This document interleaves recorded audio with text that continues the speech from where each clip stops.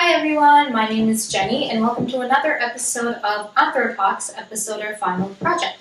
Today I'm joined by Charisma, Olivia, and Emma, and we are going to be discussing all the controversial shenanigans regarding Napoleon Chagnon.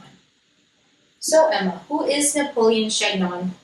Napoleon Chagnon is known for his controversial anthropological research and has been called one of the most controversial anthropologists in the United States by various sources. He was born in 1938 in rural Port Austin, Michigan, and he was the second of 12 children. That is a lot of kids. Do you know where he went to school or? So he actually started studying physics at the Michigan School of Mining and later transferred to the University of Michigan. Here, he took anthropology courses with Leslie White and Elman Service and changed his major to anthropology. I'm not super familiar with those anthropologists. Who are Leslie White and Elman Service? So, Leslie White and Elman Service were both Neo-Darwinists who centered their research in evolution and human behavior. Chagnon's prior interest in science and enrollment in classes with White and Service undoubtedly contributed to the implementation of his ethnographic studies of the Yanomami people. He, in fact, conducted this research under Leslie White. This research included 17 months of fieldwork between the years of 1964 and 1966, and there were over 250 hours of tape recordings. So for backstory, who are the Yanomami? So according to David Capanella, a Yanomami shaman and activist, I quote, "The Yanomami are a society of hunter-gatherers and slash-and-burn farmers who occupy an area of tropical forest comprising approximately 192,000 square kilometers located on both sides of the Serra Prima Range, which is located on the border between Venezuela and Brazil," end quote.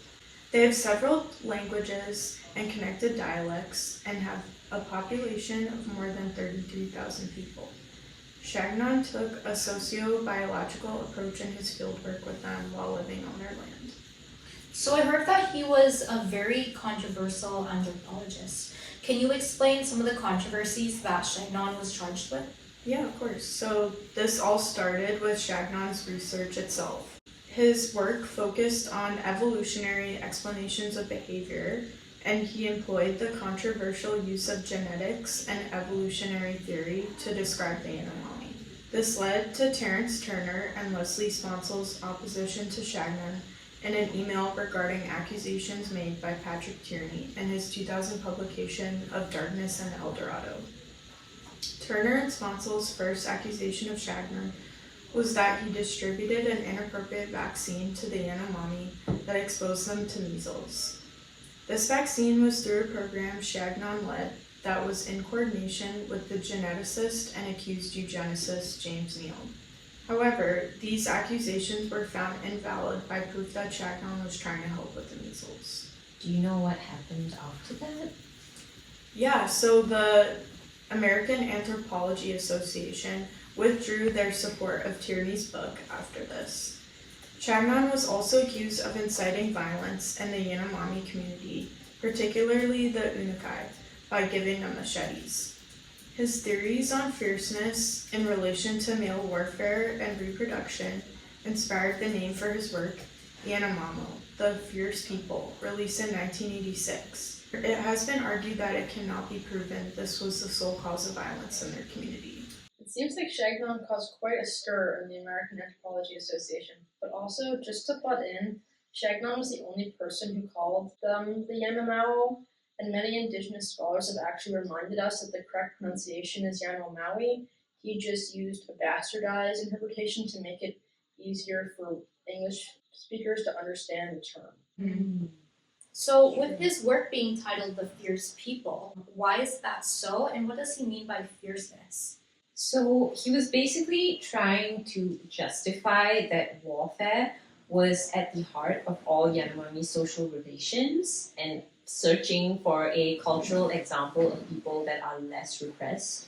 Because he kind of believed that North Americans were very confined within rules. But if they weren't, the Yanomami would have been a sort of proxy of a quote-unquote primitive, less civilized society not bound by societal rules. And Chagnon actually argued that the Yanomami men have an inherent intent to kill, since their main motivations were revenge and obtaining women. Can you provide an example?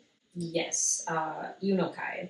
Its one main example was through this misrepresentation, which he took to mean one who has killed, based on a Western concept of a killer, when it's actually just a state of symbolic impurity caused by a supernatural result. He seems to be interpreting things within a framework of systemic warfare and sexual violence without considering other aspects. It seems as men were the center of his research, and they were portrayed as very aggressive. What about the women, and how are they portrayed in the Yanomami society? So, looking at this in a more feminist perspective, Orthodox male anthropologists at the time were probably very uninformed about gender relations, even in their own society. So, how are they even going to comprehend the gender relations in a society they're fundamentally unfamiliar with? It's really easy to project their own Western understandings and biases into other societies, which is pretty common since we're all pretty much ingrained with our own biases. But the problem is they're projecting their own perspectives on a completely different society. So they're projecting their ideological construct of what would happen in a natural society without constraints of their own concepts of whatever civilization is. That sounds very damaging. Very damaging. Because in this personal construct, women are portrayed as very passive, numb, and detached, like completely separated from their person. It's like they're shackled to their body and their reproductive processes, which is why the men of the Yanomami were the aggressive ones, fighting for reproductive control, and women are like the prize. Oh, That's very interesting and misogynistic. And disturbing. very disturbing. Yeah, in reality, women's roles were actually like the complete opposite. They're independent and very capable of defending their interests in a public forum. Many are also highly respected and knowledgeable in community affairs, so definitely not considered inferior. What you said is so interesting because you can really see how Chagnon uses theories like Neo-Darwinism and sociobiology to explain the behaviors of the Yanomami, and especially the behaviors of the Yanomami men. These theories focus really heavily on things like natural and sexual selection and reproduction within a species.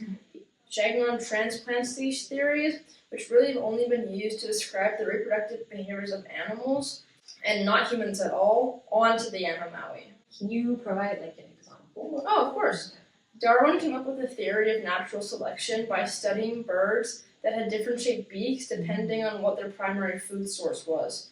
Through his analysis of birds, Darwin found that if certain traits were beneficial to the species environment, they were passed on, but if traits were unhelpful or useless, they were not passed on. This means that the organisms with beneficial traits were the ones that survived and passed their genes on to their offspring. So Chagnon's comparing people to birds. Not quite.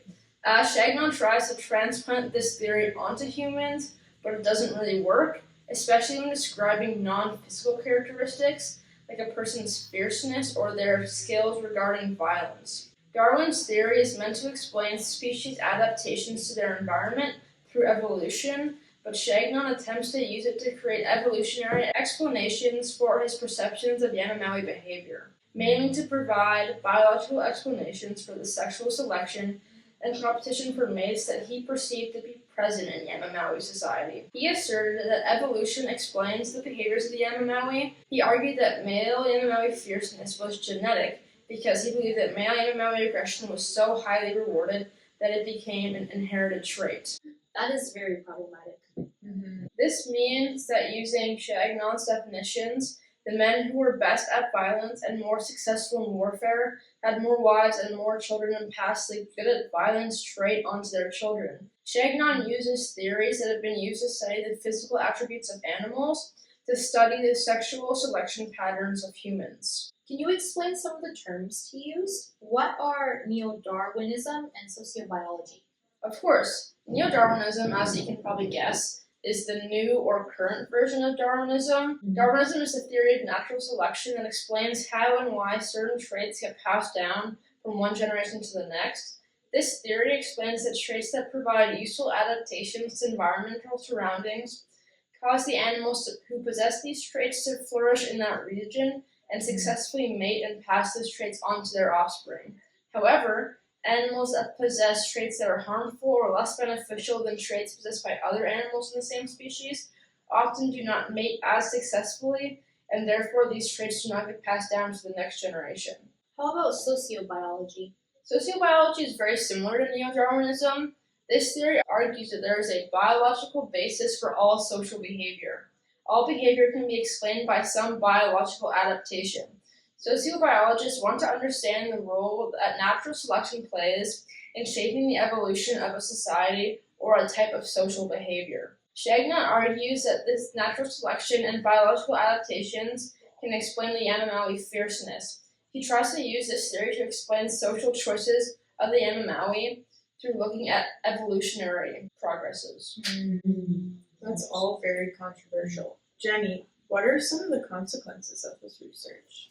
Well, he labels them as fierce people, misrepresenting the Yanomami and labeling them as aggressive, intimidating, and violent, which led to many far-reaching consequences. In his depiction of them as biologically violent, not only does this reinforce his stereotypes, but he also justifies the Brazilian government with taking their land. That's very problematic. And additionally, by establishing them as fierce people, he's also giving them arguments to the government and groups that are interested in resources located on the Yanomami land. And it gave them the excuse that the Yanomami couldn't be trusted.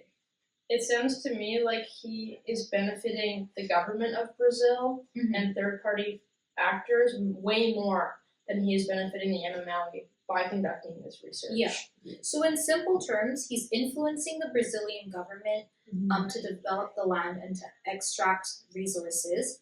And he also influenced the UK government, who refused to fund an educational project with the Yanomami people in the 1990s, saying that any project with the tribe should work on reducing violence. It sounds like he's really contributing to colonial domination of indigenous groups and enabling governments and other factors to continue with their colonization projects.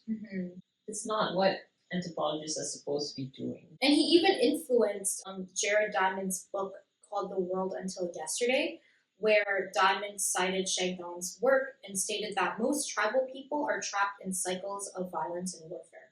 It sounds like he's contributing to like the essentialization of indigenous people and inspiring future research that continues to treat indigenous tribes as the uncivilized other. So his work obviously had lots of consequences. How does this impact anthropology today?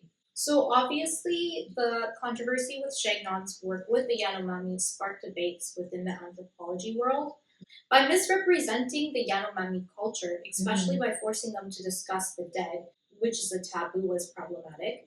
He also presents the Yanomami women as numb and detached, and overall invalidates their importance in the Yanomami society. Very true. So these controversies highlight the importance of Indigenous rights and gender equality. So the controversy surrounding his work also led to a reassessment in the anthropological ethics, one being the do no harm and do good. Oh, how so? So his work revealed how anthropologists' actions can unintentionally harm the local communities they work with. According to the American Anthropological Association, they emphasize do no harm, but many argue that focusing on do no harm allows people to argue past one another, blaming this or that on an individual. So by focusing on do good instead, this allows for anthropologists to have the responsibility for helping those in need, especially those who are kind of like doing their field work. It assists them in advancing in their careers. So what do you guys think? Do you believe that it is important that anthropologists make a conscious effort to do good in their communities of study? Or do you believe that they can really leave no trace on the society? And yeah, thank you for listening.